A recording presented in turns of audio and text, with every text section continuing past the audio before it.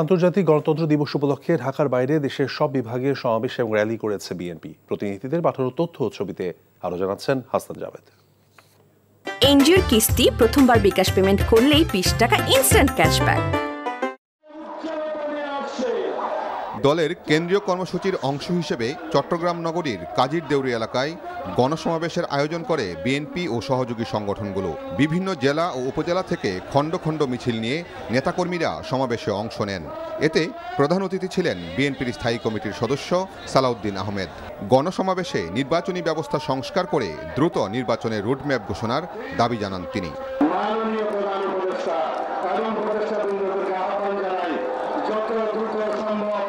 নির্বাচনমুখী সংস্কার সাধন করুন এবং গণতান্ত্রিক নির্বাচনের একটি রোডম্যাপ আপনারা ঘোষণা করুন। বরিশালে বিভাগীয় সমাবেশ ও র্যালিতে অংশ নেন বিএনপির হাজার হাজার নেতাকর্মী। নগরীর প্ল্যানেট পার্ক এলাকায় আয়োজিত সমাবেশে বক্তব্য রাখেন দলের স্থায়ী কমিটির সদস্য বেগম সেলিমা রহমান।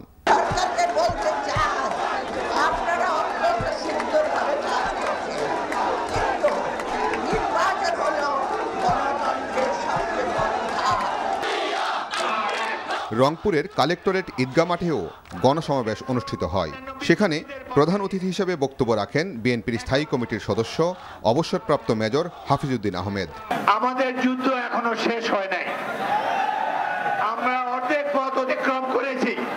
একটি সুষ্ঠু নির্বাচনের মাধ্যমে জনগণ তাদের প্রতিনিধিদেরকে নির্বাচিত করতে পারবে।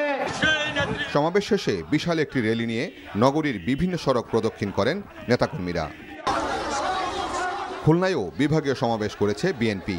সমাবেশে স্থায়ী কমিটির সদস্য গয়েশ্বরচন্দ্র রায় বলেন, ছাত্র জনতার বিজয়কে নস্যাৎ করতে একটি চক্র এখনও সক্রিয় রয়েছে।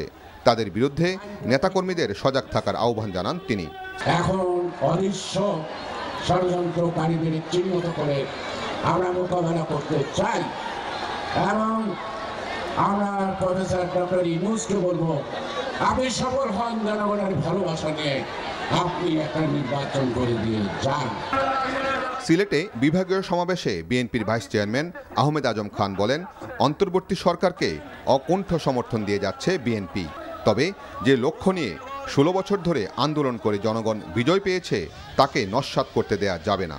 ছাত্র জনতার অভ্যুত্থানে বিজয় অর্জন করেছে, সেই সফলতাকে ব্যর্থ করতে দেওয়া যাবে না।